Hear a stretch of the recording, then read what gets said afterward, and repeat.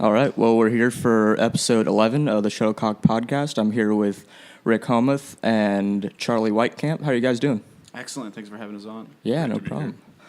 So how's the trip to Kansas City been so far? Oh, I love coming back to Kansas City, especially when I'm busy like this, so I got a lot of stuff to do with Charlie, of course, has been running stuff really incredibly well. But I have the best excuses to not hang out with people, which is really what I look for most in life, is consistent reasons to bail. That's So good. it's great for that. No, yeah, because you'll come back to town occasionally, and everybody's just excited to see you. Like, hey, you should come out to this gig, and I guess it's a very good chance not to do that for once. Yeah, I mean, the gigs are nice because especially now that they're all kind of at the Blind Tiger, which I know everybody's going to be there, which is cool, so I can concentrate on my It's very easy to avoid, just like very concentrated. Right. But no, I mean, I love coming back to Kansas City so much. I have such a good time here. Yeah. So you grew up in the area, In Leawood, right? actually, just down college, as a matter of fact. So. And so you were always kind of involved in the punk scene here from about what age did you start going to shows and everything? Gosh, it was before I could start driving. I know that. So I guess 15. When I was in high school, I started getting involved with stuff. I met people through a mutual friend in high school. I met the dudes at the Saltwater Tabby House, which was more of like a emo, screamo type venue down at 51st and Tracy, which is long since passed on. But that was kind of my introduction to the DIY scene, and it was fantastic because I had no idea what that sort of thing was or if it even existed. So up until that point, I say this a lot, and it's really not that much of a joke that I listened to Limp Bizkit because I didn't really know what else there was. And so that just kind of flipped like a switch, and then eventually obviously spread into, punk and hardcore, which is, I think, where I'm most rooted in these days. And that's not a bad place to start, I guess. No, absolutely not. No, but I guess like a lot of people, like honestly for me, it's like almost been the opposite. Like I started with like pop punk and like skate punk and that type of thing, and I got into hardcore. I'm like, oh, this is cool. But now like I never had like a new metal thing really. But so now I'll hear like some Limp Bizkit song, I'm like, this is kind of tight. I don't know. Yeah, there's still time. There's never too late to start to get down with, the biscuit. But I guess for you, it kind of took like going to an actual like DIY show for you to like latch on to the music. Like, did you not like know about many like screamo and punk bands before you were going to shows? Pretty much. Yeah. Like, I think it was just the atmosphere that I was so drawn to initially. I think that the music was fine, and it was really incidental to the whole process of like a bunch of people who were young, like doing something on their own and like building and creating and this and that and drinking. That was another big one. And it just blew me away that existed like under my nose because, I was such a suburban rat until I went to Rockhurst where I met Charlie. And that was like, oh, okay, there's other things. There's things outside of, Leawood. So that was nice. I guess that's pretty honest of you to admit that the drinking was an allure. A lot of people are like, yeah, I just really like the community of it. That's exactly why I got involved. And like, no, a lot of people just wanted to party. It and just so happened that the community had a couch I could pass out on, so that was nice. That's a good soundbite there. I guess so. But yeah, Charlie, what were your first like experiences with punk music? I think it was like the same as Rick, honestly. I feel like my earliest memories of it were in high school, going to seeing sports or baitfish or Oh, that's right. I've really seen like fucking Stonehaven or can we curse on this? Yeah. Stuff like that. I've kind of kept up with it a little bit, but not as much. I still go to shows probably once a month or so, but not a. And you've been living in Kansas City the whole time, or? Yeah, I've been in Kansas City most of my life.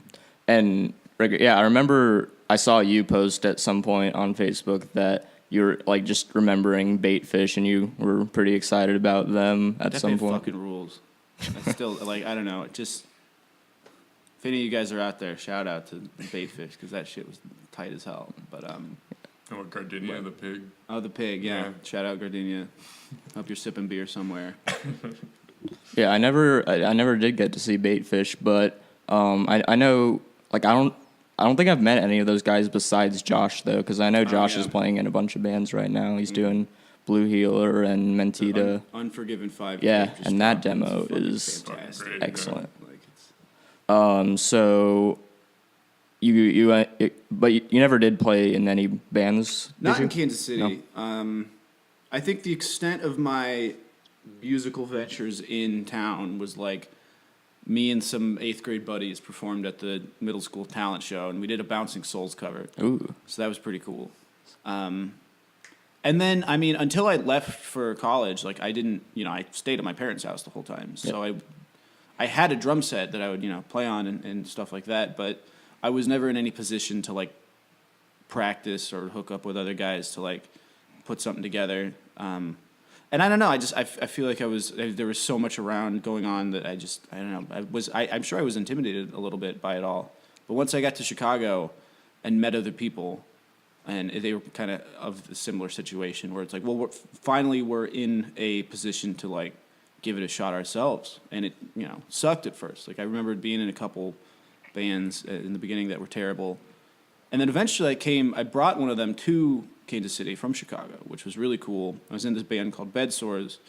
And we played the Suck Dry LP release. Yeah, at Art Closet. However many years ago at Art Closet, yeah. And so that was really awesome to like finally bring something back and be like, yeah, I wasn't just getting drunk on the couch. Like these are, there are lessons that Well, like were maybe part of- you were, but Well, now that was you're all being incidental to personal Listening. growth. Yeah, exactly.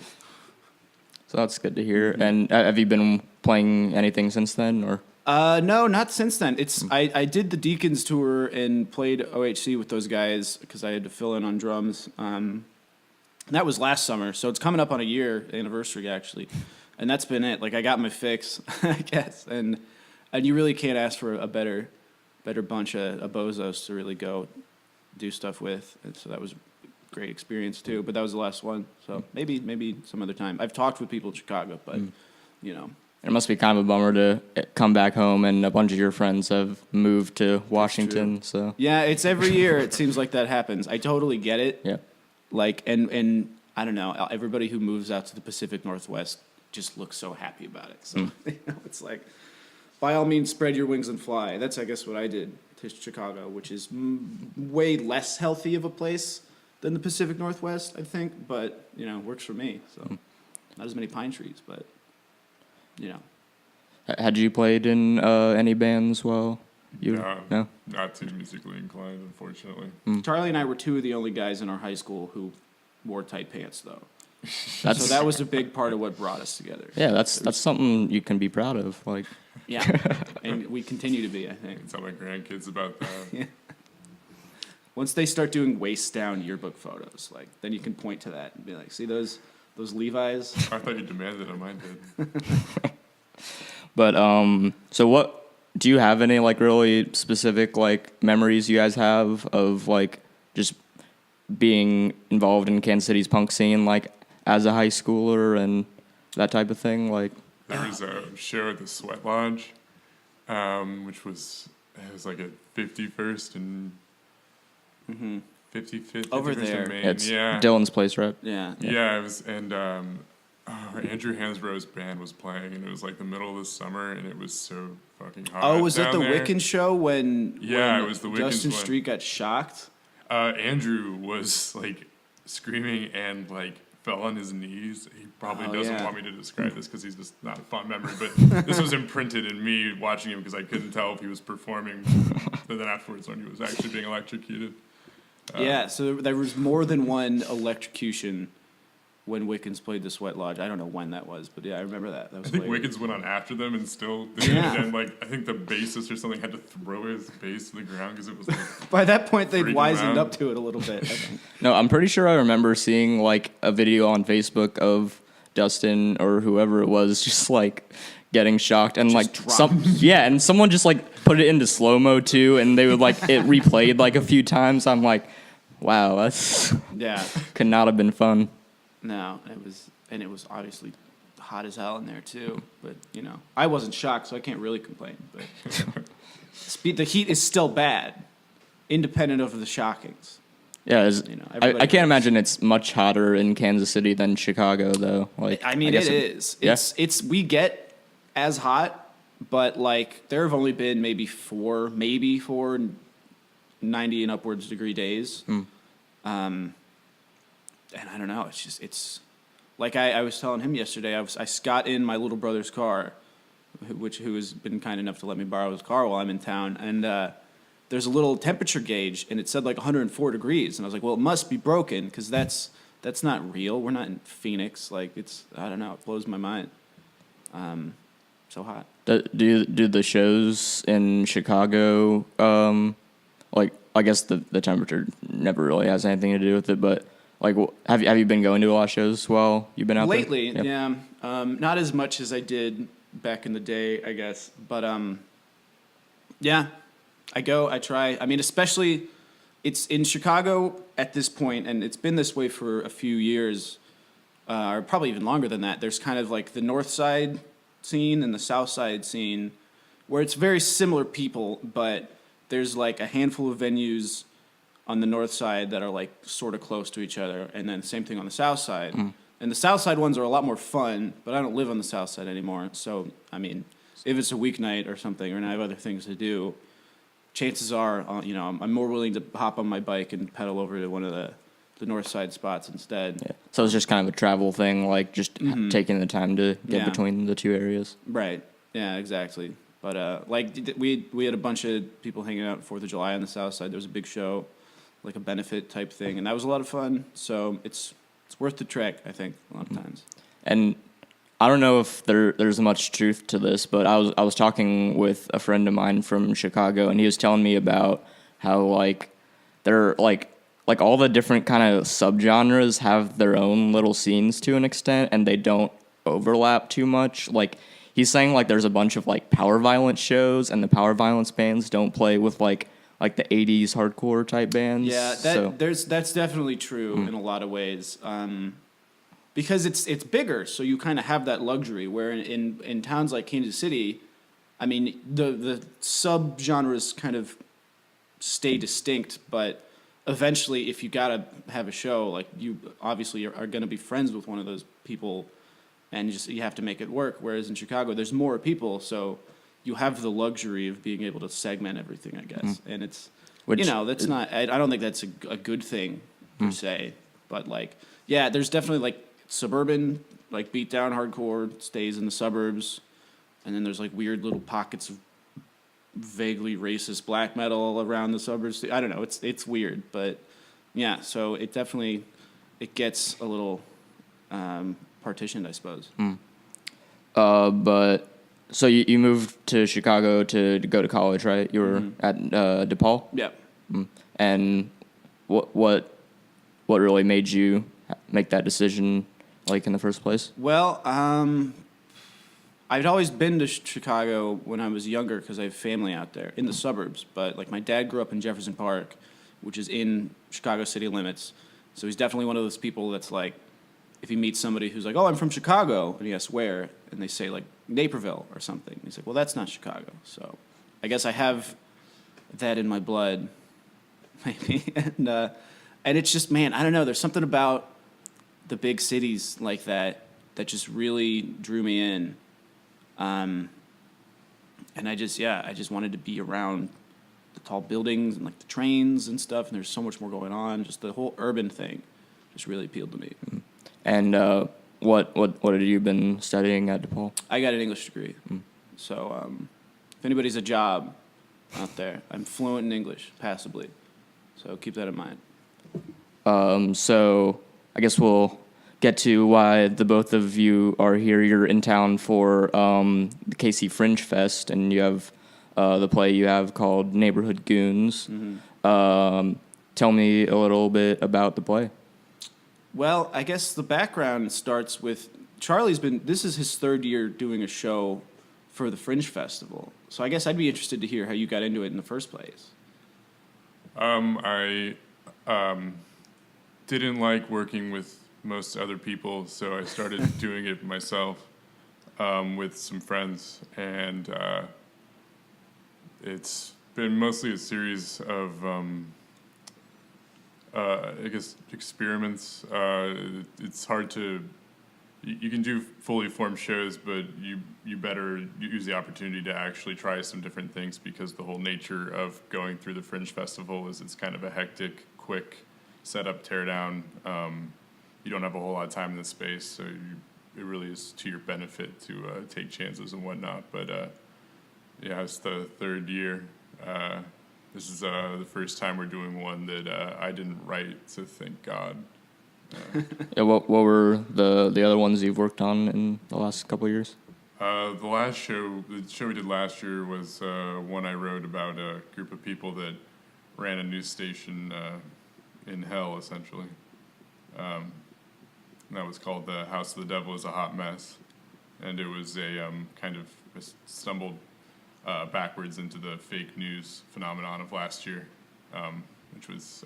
It's very topical in its own way. It was a blessing and a curse. It's not intentional, but it really galvanized the audience. Didn't you say somebody was interviewing you about it and like totally got the wrong idea or something? Like, I don't gosh. Yeah, no, there was it was just, I mean, like, we've been writing it for a year, and then I think it was like in June or May last year, and the fake news stuff really started blowing up, and it was just like a really weird. I don't really have much regret about it, but it was. It became so sharply political, like kind of on accident almost, or unintentionally. Yeah. Not that it was never political, in my understanding, because I didn't see it. I just read it. And, I mean, the idea was just that it was about people choose what to report, and that is the base level of the bias, right. And the kind of. It wasn't really supposed to be a left or right kind of thing, but blah, blah, blah. But yeah, Rick started writing this thing like 4 or 5 years ago. Oh my God, yeah. Something like that. It was just like, because the show Neighborhood Goons is set ostensibly in the near South Side neighborhood of Bridgeport, Chicago. It's never really stated explicitly, but, and I guess I started writing it when I lived there, and that was 4 years ago. So, I mean, I don't want to make it sound like this was 4 years in the making, because then anybody who sees it's going to be like, that was 4 years in the making. But in a way it was. I mean, that's where it really took root, because it's just the premise of the show is kind of at once a love letter to all the people that I hate down there, but, you know, just love the idea of those people, I guess, which... You know, you can interpret that in any number of ways, but it's so very, very vaguely based on people I know down there and things I saw happen, and in a fun way, I hope. It's very. Go ahead. Can you name any of the people that it's? Yes, Johnny from 39th Street, fucking coming for you, man. You're a dead man. Yeah, I don't know. It was just one of those things, and it seemed like such a sharp image of this little racist enclave in the south side of Chicago where everybody eats hot dogs and goes to White Sox games, supposedly, and just gets drunk and hits each other. Like, and that's kind of where it came from. And it's weird. It sounds so strange that is something I look at fondly. It's because it's not, you know, a fondness. It's just, it's so funny going down there. It's almost a relic, just trapped in time, some of these very ancient institutions and hot dog joints and prejudices. It's just very cartoonish, I can imagine. Just it's kind of like in its own a spectacle. Way. Yeah. Mm-hmm. Yeah.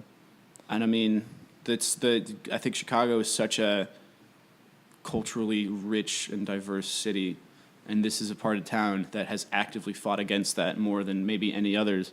And that's ironic now for two reasons.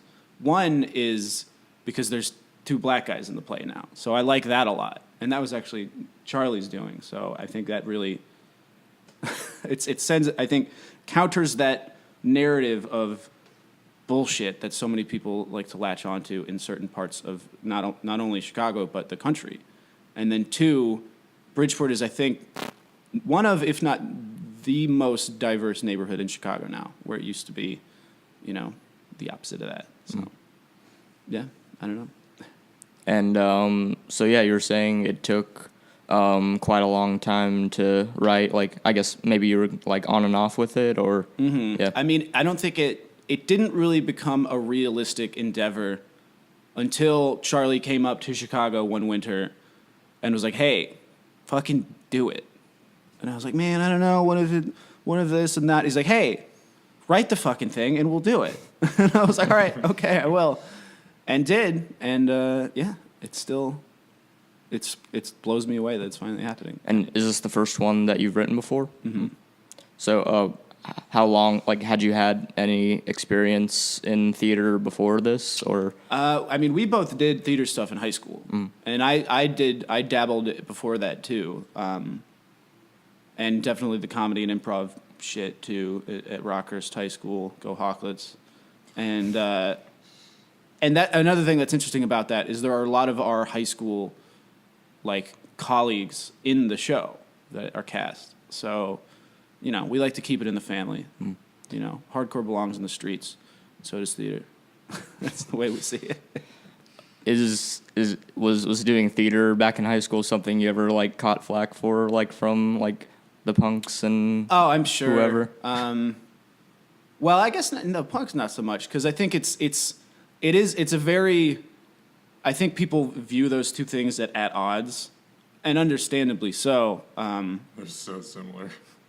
But I think in a lot of ways, you know, just the pageantry and the style and the presentation, The drama. the overall performance, because you know so much of punk culture is about performance, and I say that lovingly, like you know, fashion and you know lingo and just you know style, and it's a lot of it is performative, and I think that's what draws so many people to it initially. I myself would fall into that category, and so I don't think there's anything wrong with that, but that's where I think the similarities begin. You know, and this isn't some grand philosophical treatise I've developed in my head. I mean, these just dots they sort of connect when you take a step back and look at it. So from the punk kids, no. From the football players, maybe.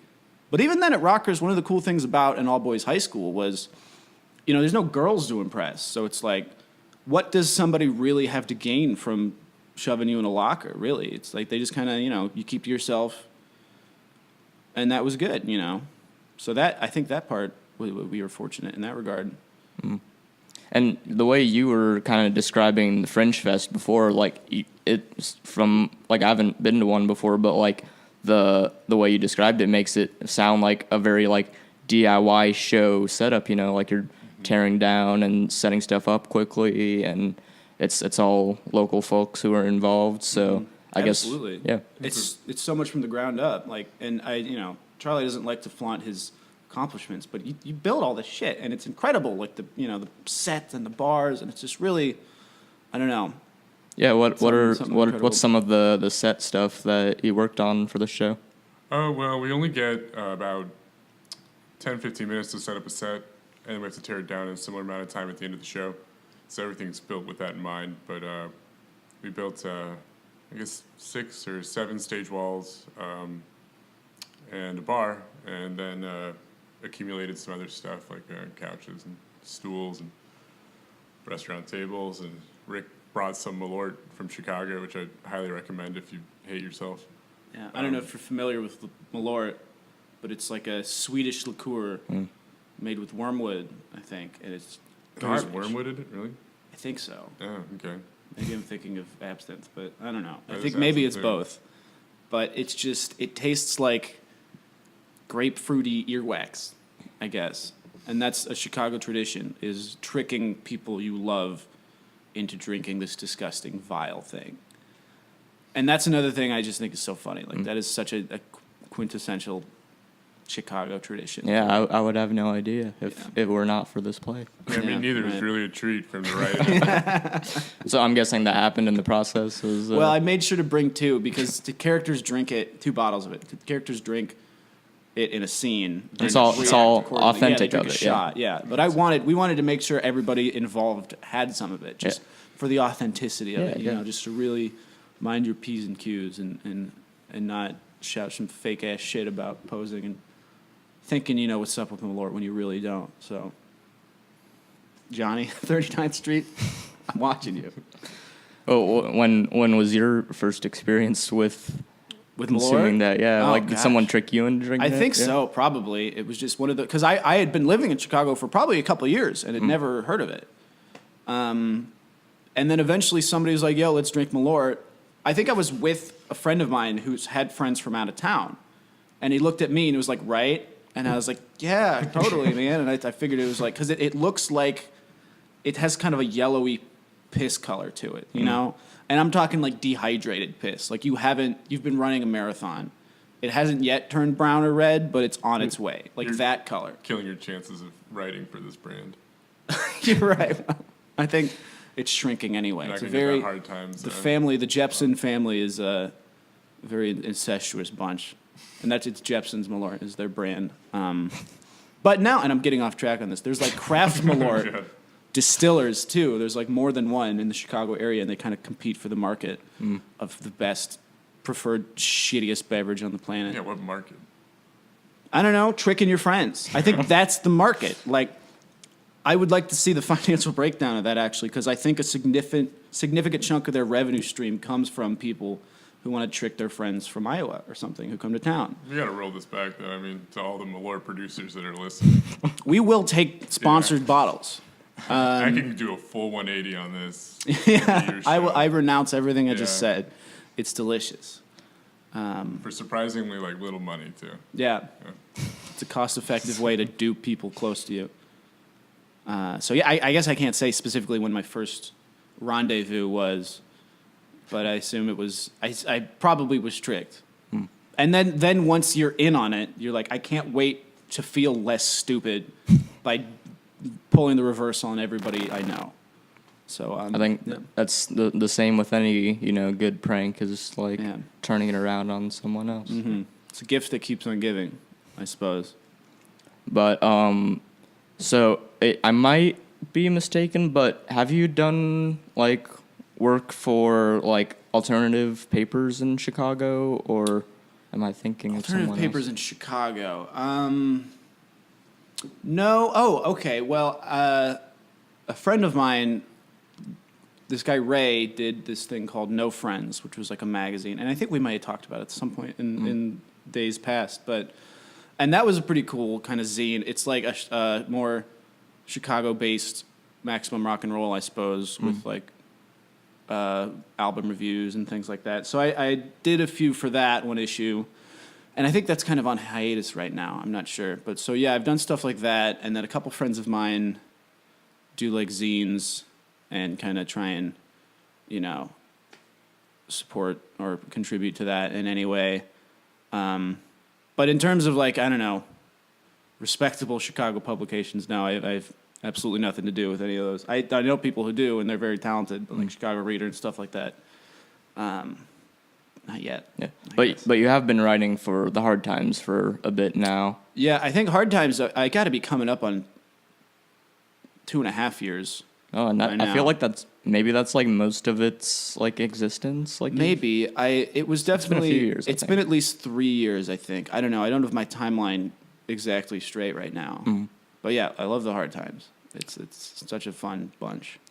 And how did you first get in contact with the staff there and everyone? I think I just cold pitched. I saw some friends of mine were sharing different stories that they liked, and I think some of the earlier ones, like one of my favorites of all time, which was one of the earlier days, was the headline was "Let's just combine the show," says total fucking idiot, and it's just little very specific articles like that tap into this sort of milieu that you don't realize other people understand, because you think like this is a thing that my friends and I did when we were in high school with other stupid high schoolers and then 20 somethings. Yeah, you don't always realize it's the same across the Yeah. country and Right. around the world. Yeah, it's like I don't know. When I imagine Henry Rollins realized there were people doing the same thing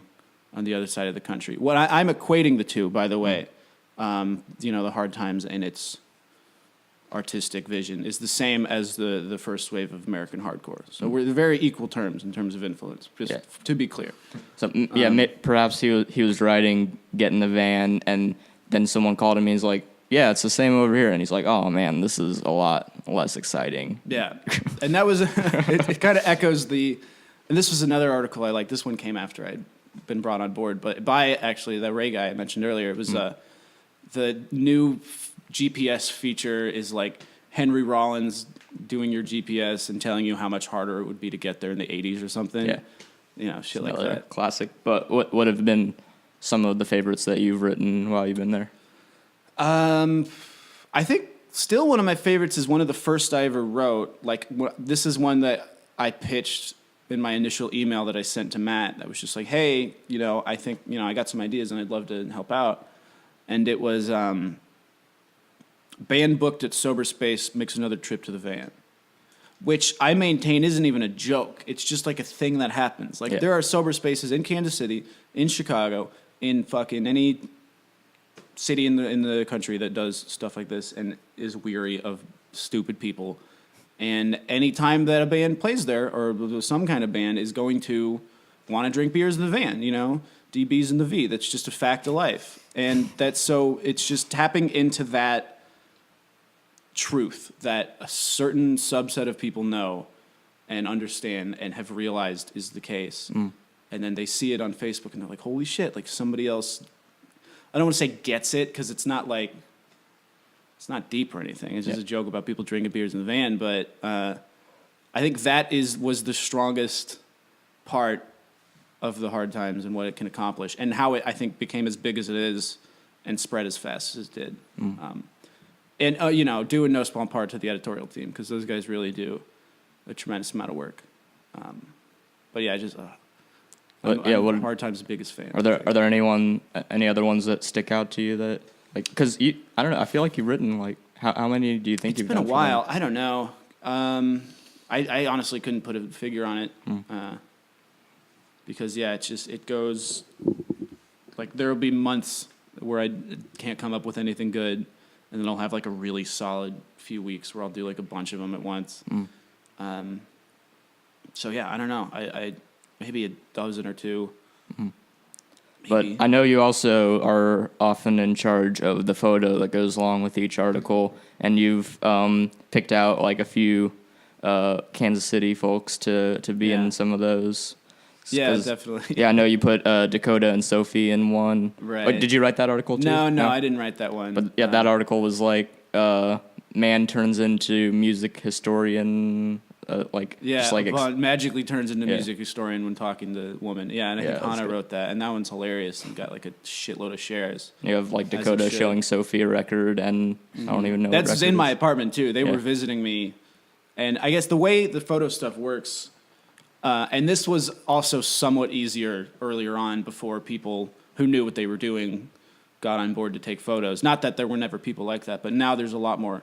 There's a couple more people who have like photo chops. Yeah. And I've always done it with just my smartphone. And that's why I've kind of stopped doing them as much, because like compared to some of the other photos people are taking, it's really like well orchestrated and shit like that. Like, God, what was the one the other day that Sari wrote? It was like fucking it was basically home birth at a punk show was the premise. Yeah. And it was just a woman in like a bikini top in a bathtub and just a dozen people around her, and it was hilarious. And the photo was just like a solid photo can just nail the article.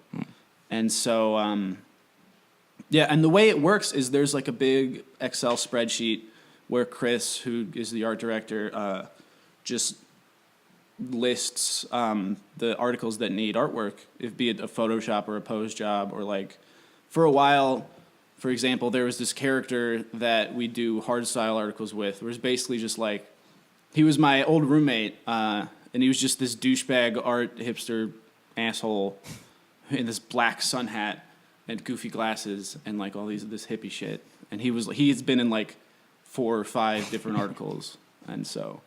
You know, and so, art's great. I know you got Shane in a photo once as well. Shane was really stoked to do it, because like, believe it or not, there's not a lot of people with face tattoos in this country, I guess, or as many as you might expect. And And so there was some article that and nobody really had somebody on retainer. And I was like, well, luckily I do, because I know Shane. And this was not too long after he got his second face tattoo, so it was perfect, because it's, a better ratio of ink to skin coverage, which is very important for photography and artwork. So It probably like secured a few more shares of the photo. Oh, absolutely, yeah. And what was funny about that is Bill told me he saw like an angry email that one of Shane's buddies wrote, and was like, I hope you like ask permission before you use that photo, because otherwise that's really fucked up. And it's like, yeah, we totally did. He took it himself. But yeah, that headline was man with face tattoo. It was like, that chick's totally crazy, says man with face tattoo in history of arson.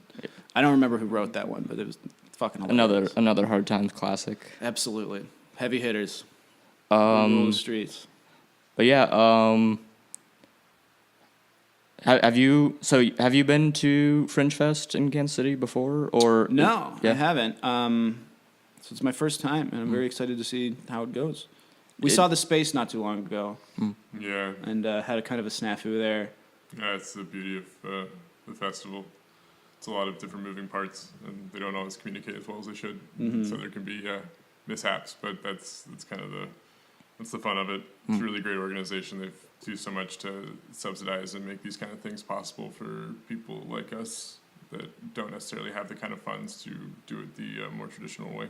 And I know this is your third year participating, but is this something that you've been aware of and like maybe attending for any longer than that? I've probably been going to for 5 years. Perhaps never as frequently as I should have. You can see one show, or you can see a lot of shows. I think they generally have around 100 different shows, with probably close to 300-400 performances total. I think it's actually literally impossible to see all of them, all the different shows. I mean, but yeah, probably about 4 or 5 years intermittently.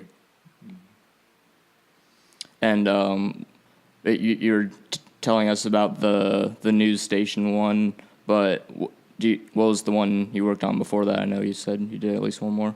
Oh yeah, we adapted a piece that was used for a friend of mine graduated from the conservatory in town, and his recital piece was this adaptation of a Greek myth that we did, and that was kind of a good opportunity for us to sort of see what it took to put something on stage. It's kind of a good introduction to the fest. And then like it's like every year you kind of want to take another big step, or sort of put yourself out of your depth even further. So then the year after, we did a show that was like a 45-minute, the news station one, that there was no scene breaks, so it was just start to end and stop, which was a nightmare to do, but a lot of fun. And then like this year, we're trying to really do up the set, and we brought in a director, and we've always worked with fantastic actors, and this year in particular, we have a couple of people that are graduate students at the UMKC theater department, which is incredible to work with, in addition to other folks of varying degrees of experience. So, and it sounded like you were kind of relieved when you mentioned that you were not writing one this year, and that you were just doing. Yeah. Mm-hmm. So, so I'm imagining you're a lot busier while it's happening, but like you don't have to do quite. Well, I'm sure you have to do like a lot of prep too, but yeah, what makes that a much different experience? Well, from the writing perspective, it's difficult to be so close to something, and then be with a lot of help, of course, but then be so responsible for bringing it into existence. Particularly then, if you are also partially responsible for directing it, because there's just this real no degree of separation from it at all.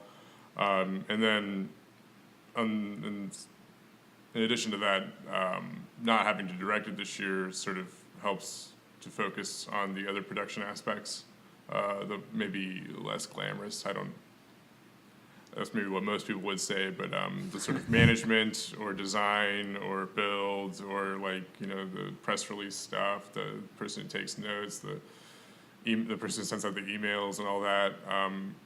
It's hard to find people that want to do that, but I'm pretty happy to do it. So it was much easier just to find a director then. It's been a great you don't always have to be on. You know, you're not spending the whole day getting stuff ready and then have to run the rehearsal. That's great. And is like, do you have more like writing ideas and stuff you want to direct in the future, or are you becoming kind of comfortable like just doing what you're doing this year?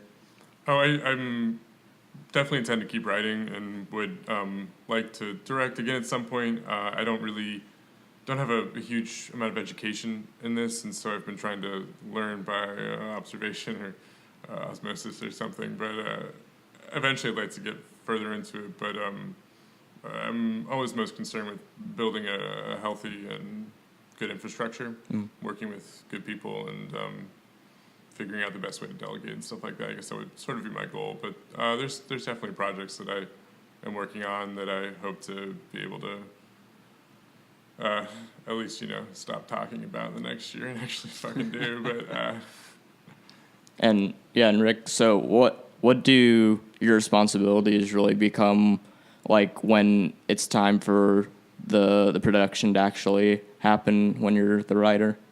Well, usually what I do when I get there is I go to Charlie's fridge and see how much beer he has. That's good. And then I crack open a cold one, and then I take it from there, really. No, that's been the interesting part of it, is I came in pretty late in the game. I was pretty nervous about it, because when you're someone like me who fancies himself a creative type, and after a certain point when you write the script, you hand it over, and cooler heads must prevail. And thank God Charlie is one of the coolest heads around, because he can be very realistic and know what goals must be accomplished to make it happen. And this was the case when we had to pare it down for the time slot, when I found myself almost unable to cut, because I was just like, it's my art, God damn it, no, it can't, it has to go this way. And obviously he does an excellent job of figuring out what needs to be done. But going back to when I showed up for the first time and just watched it happen, I was pretty nervous that I was like, what if I hate it and it's totally different than in my head or something? Thank God it wasn't, but that's just sort of the reality of the role of the writer. Is, after a certain point, you step back and you're in the back seat. Hopefully there's beer. There might not. It might be warm. I don't know. It's tough to say. But that's even a problem that I've heard of. I know people that work on more high professional NBC level shows, and they say that the writers even on that level are just fucking awful, because they hover and they have nothing to do and they have no reason to be on the set, but they're just like, hey, what are you doing? What if you did it like this? And so that's been an opportunity for growth, I guess. Is I don't know. I think my job at this point is to just support the director and Charlie, and maybe buy beer sometimes. Well, he's been taking notes and relaying to the actors, and Rick and I are also stagehands number 1 and number 2, which is the most glamorous part of all of this. Yeah, so you'll be up there moving stuff and getting everything prepped. I guess so. We haven't really run through that yet, because we haven't had our tech rehearsal because we had a snafu a few days ago. But it's tonight. But it's tonight, so we'll figure it out. Yeah. These are all things we've kind of implemented. We've walked through, I guess. But Rick and I are going to be the people backstage throughout the whole thing. It's kind of the beauty of it, is that's you just have to do everything. You can't delegate and stuff. It's funny working with other people that haven't done this sort of stuff before, because you don't just get you can't go ask your friend if they want to sit backstage 6 nights a week for 3 hours and do fucking nothing. Right. No one wants to do that. It's another DIY aspect of it, I guess. Exactly. Everybody's working. That and the nihilism for sure. Yeah. Right. But I'm hopefully everyone on the set has a good attitude. Oh no, it's awesome. Yeah. So far they do. Yeah. As far as I can tell. We've only have had no bad experiences at all. Everybody's cool. It's a really generally open environment. That's part of the reason that we like doing them ourselves, and I think a lot of other groups are similar. And it's not anything revolutionary or whatnot, but we don't. This isn't we're not just dictating what happens. Like kind of what Rick was referring to. I'm not saying he was advocating for it, but if you just try to control every aspect of this, then it's not going to be fun to work on, and you're also you're too close to it. You're not going to be able to see things. It's useful to work in an environment. I mean, like in any creative capacity, where everybody knows that they are valued not just in their particular role, but in just the general input they can have for the project. And I think that by like facilitating that, it really makes sure that you produce the best thing possible. So the nihilism is a more like personal thing for everyone. I mean, I these guess things just fucking die after you're done with just- them. You know, like you spend all this time doing it, and then it's just gone. And it's like, it's like same with the. I mean, it's similar to like the punk shows and shit. But like, you don't record it generally, and then it's just like, that's they're just it, like, you know? oh man, next year, come on, let's go. Yeah, I mean it's crazy, but I mean sort of it's like I think part of what makes going to DIY shows so much fun is that there's this very like temporary aspect to it. Yeah. It's this moment in time. It's this communal Yeah, experience. just kind of like a short escape from anything else, I guess. And there's I mean you're either there or you're not. Like I mean I always found that really attractive. Absolutely. And so yeah, do either of you guys have any big plans after the production this year, or are you just gonna kind of get back to the drawing board? Well, we're talking with Columbia Pictures about filming this in the fall, but no, I mean, I think back to the drawing board is not a bad way to put it, because it's like Charlie said. I mean, when it's done, it's over. It's not a movie. It's not a TV show. You know, even if it was a band, like fuck, half the bands I've ever been in have a demo and then that's it, and they're done and that's it. And nobody ever listens to it again. So yeah, I mean, it's just you gotta keep looking forward, and I'd love to do something like this again, and I hope Charlie will do another Fringe show next year, and I'd like to drink his beer then too. So perfect. I guess as someone who doesn't know much about the theater scene in general, like, is it common for people to like take the shows they do at Fringe Fest and like bring them to other venues afterwards, or like tour on them, or like anything like I that? don't know. Is it? I wouldn't say it's common, but it's not super rare. It's not. I think every year a couple of the shows get remounted in town, generally through companies that have already kind of have a space and have been do their own shows, have their own seasons. I have heard of shows traveling a little bit, but I don't think there's any precedent for something like kind of Yeah, just more of an exception into the cultural than consciousness from this. But Nobody's gonna discover us. It's not like yeah, but it's like, I mean, you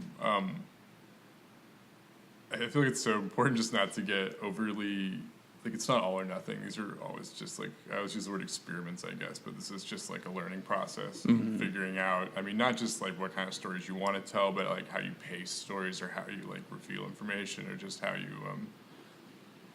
just the methods in which you try to do it can be so interesting, especially with something like performance, because it's so dynamic but so stagnant, I guess. Yeah. But Rick, so I know you mentioned earlier that like you did like theater and improv in high school, and like I can hate improv now. Yeah, you hate improv. Yeah. So I guess that was gonna kind of lead me to ask, well, like, since you do write for the Hard Times too, like, have you found yourself interested in like doing comedy? Because like is like, I'm guessing there are some really funny aspects to the production. So Well, I have a lot of thoughts on this. As a matter of fact, no, I don't like comedy. No, I do. That's not a very good way to put it. I like writing for the Hard Times. One of my favorite fucking things I do. So many of those people are funny. But comedians are assholes, and I hate them. And I don't give a shit about them. And I hate this whole thing as like, woe is me. I want to be a stand-up comedian. And I just, oh, God, I'm so neurotic. And fucking, I'm going to go on Mark Maron's podcast, and we're going to talk about how we just can't quit smoking. And it's this fucking noble thing we do. It's the last pursuit of the spoken word. And just fucking respect me. I don't care if I'm not funny. I'm doing it. And isn't that what matters the most? And it's like, no, it's not. Shut the fuck up. I can't stand it. So, honestly, no, I like stand-up comedy a lot. Sorry. I don't know. I have a lot of comedian friends, and a lot of them are really funny. And then a lot of them aren't.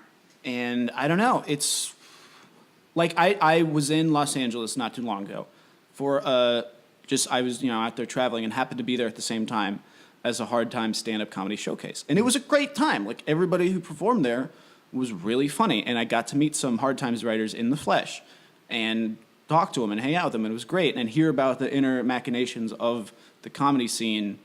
And I really enjoyed it.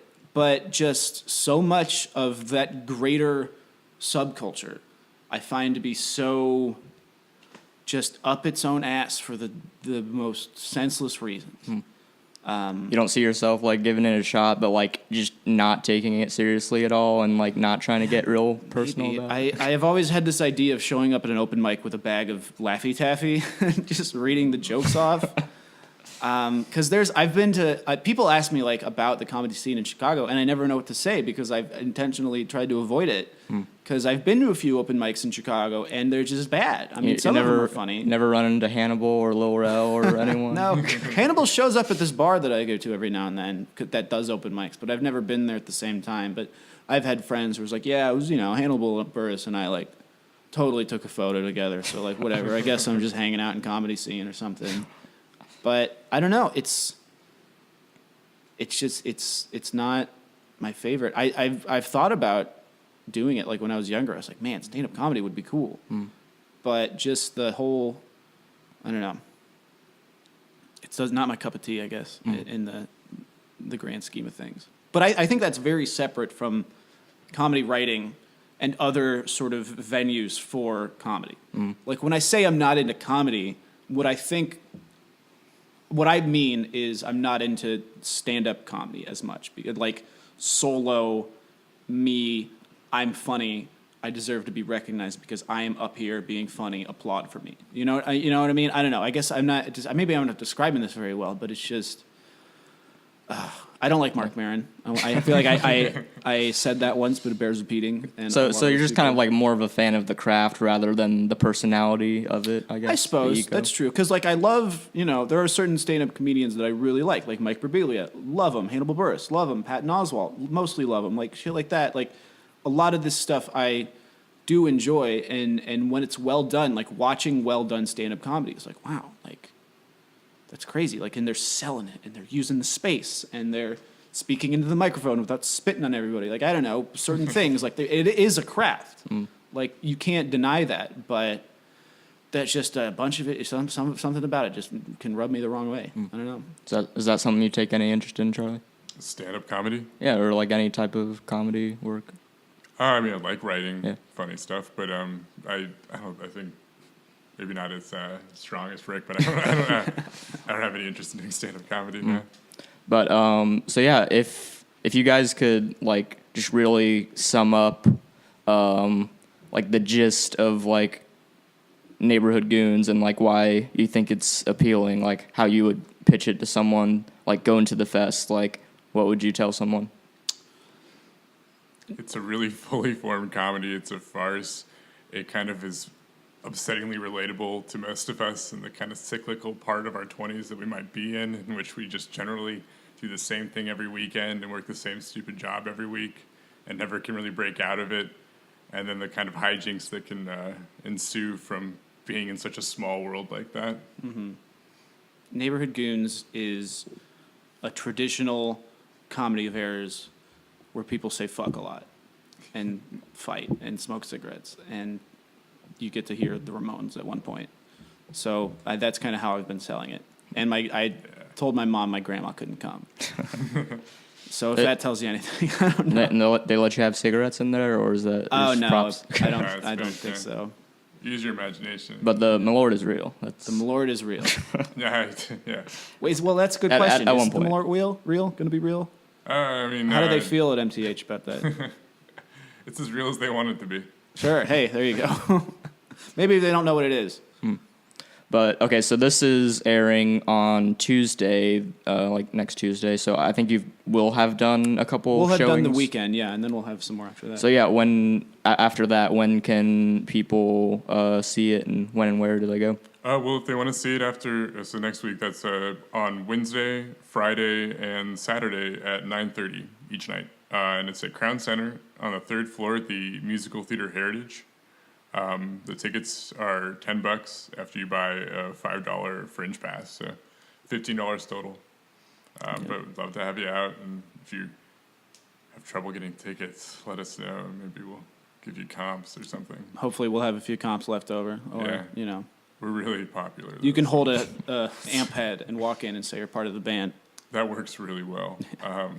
Yeah. I've experienced doing that, so Yeah, right. that works. I think they sell $18 servings of Prosecco there, too, so you should make it out. If you like your sparkly Italian wine, then it's the hot ticket. All right. Well, I appreciate having you guys driving out to be on the show. I just want to remind people listening that you can go to shuttlecockmusic.com. You can subscribe on iTunes and YouTube. There's the store on shuttlecockmusic.com where you can get a t-shirt and all that. Just follow at Shuttlecock Mag on Twitter and Instagram. And there's a Shuttlecock showcase happening at Mills Record Company on August 4th with Throat Breach, A.D.D, Tommy Strasser, and Solomon. So you got some grindcore, hip-hop, and indie rock just all there for you. It's a free show. And we're part of the A.D.D podcast family, so check out new episodes from them. And yeah, I appreciate you guys being on with me. Thanks for having us. This was a blast. Great to be here.